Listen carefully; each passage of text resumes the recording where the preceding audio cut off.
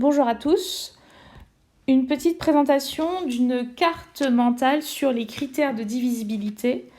J'ai choisi de vous présenter cette carte d'une manière un petit peu différente de ce qu'on a l'habitude de voir, c'est-à-dire que généralement les critères sont énumérés, d'abord le critère par 2, puis par 3, puis par 4, puis par 5, puis par 9 et enfin par 10. Là, le regroupement que j'ai choisi de faire, c'est un regroupement plus en termes d'action, c'est-à-dire qu'est-ce que je dois faire pour appliquer tel ou tel critère. Donc il y a un premier critère qui est résumé ici, un ensemble de critères plutôt ici, une deuxième action ici et un troisième type d'action ici. Donc premier type d'action symbolisé par un œil, je regarde le dernier chiffre, c'est pour ça qu'il n'y a qu'un seul œil. Si ce dernier chiffre est pair, vous le savez, je pense, le nombre est divisible par 2. Si le dernier chiffre est 0 ou 5, le nombre est divisible par 5. Si le dernier chiffre est 0, le nombre est divisible par 10.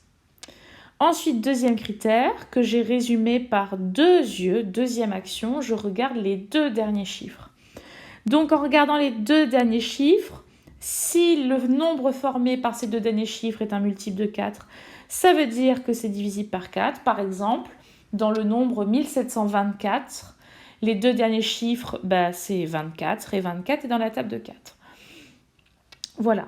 Et dernière action, ici, symbolisée par un petit plus qui signifie je dois additionner les chiffres et je regarde si le résultat de mon addition est un multiple de 3 ou bien un multiple de 9, ce qui me permet ensuite d'affirmer que je suis bien dans la table de 3, donc divisible par 3 ou bien divisible par 9.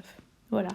Alors, vous pouvez très bien reprendre cette carte mentale, je vais vous la fournir également en version scannée bien à plat, si vous désirez l'imprimer. Vous pouvez aussi en faire une autre version qui serait plus à votre convenance. Vous pouvez aussi garder les critères sous forme de texte si vous êtes habitué.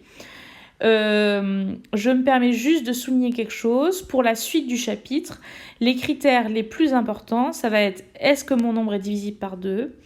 Est-ce que mon nombre est divisible par 5 ? Et est-ce que mon nombre est divisible par 3 ? Voilà, donc il faut garder les autres dans un coin de sa tête, mais vous allez voir que ces trois critères vont beaucoup nous servir pour la suite.